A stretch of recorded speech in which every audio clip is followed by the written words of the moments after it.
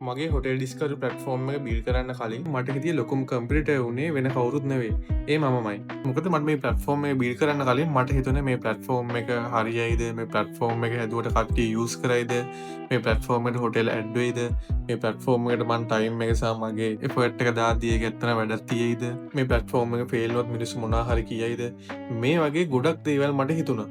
හැබැයි මට එක දෙයක් තේරුණා. මේ ප්‍රශ්න වලට උත්තර හොයන එකම විදිහ තමා මම මගේ ප්ලට්ෆෝර්ම් එක හදන්න පටන් ගන්න එක. ඉතින් මම මගේ ප්ලට්ෆෝර්ම් එක හදන්න මම මුල් ස්ටෙප් එක තිබ්බා. අද මගේ මේ තියෙන බිට්කෝ ප්ලට්ෆෝර්ම් එක හෙට වෙද්දි කොච්චර එක්ස්පෑන්ඩ් වේද කියලා මම දන්නේ නැහැ. හැබැයි එදා ඒ තිබ්බ ස්ටෙප් එකේ හින්දා අද වෙද්දි මගේ ප්ලට්ෆෝර්ම් එකේ හොටෙල් 100කට වඩා වැඩි ප්‍රමාණයක් ඇඩ් වෙලා ඉන්නවා. ඒ වගේම ගෙස්ට්ත් දවස ගානේ මගේ ප්ලට්ෆෝර්ම් එක යූස් කරනවා. ඒ වගේම අද ඔයගොල්ලෝ මේ බලන වීඩියෝ එකේ තියෙන්නේ මම එදා ඒ තිබ්බ ස්ටෙප් එකේ හින්දා. මගේ මේ ප්ලට්ෆෝර්ම් එක ඉස්සරහට එක්ස්පෑන්ඩ් වුණත් නැති වුණත් මං හිතනවා එදා මේ ගත්තේ ස්ටෙප් එකේ හින්දා මං අද ගොඩක් දේවල් මේ ප්ලට්ෆෝර්ම් එකේ හින්දා ඉගෙන ගත්තා කියලා. ඉතින් ඔයාලටත් මොනවා හරි අලුත් දෙයක් කරන්න හිතනවා නම් ඒකට පර්ෆෙක්ට් ටයිම් එකක් ඉන්නේ නැතුව අද මේ වැඩේ පටන් ගන්න. ඒක සාර්ථක වුණත් අසාර්ථක වුණත් ඒකෙන් ගන්න එක්ස්පීරියන්ස් එක ඔයාලට ගොඩක් වැදගත් වෙයි.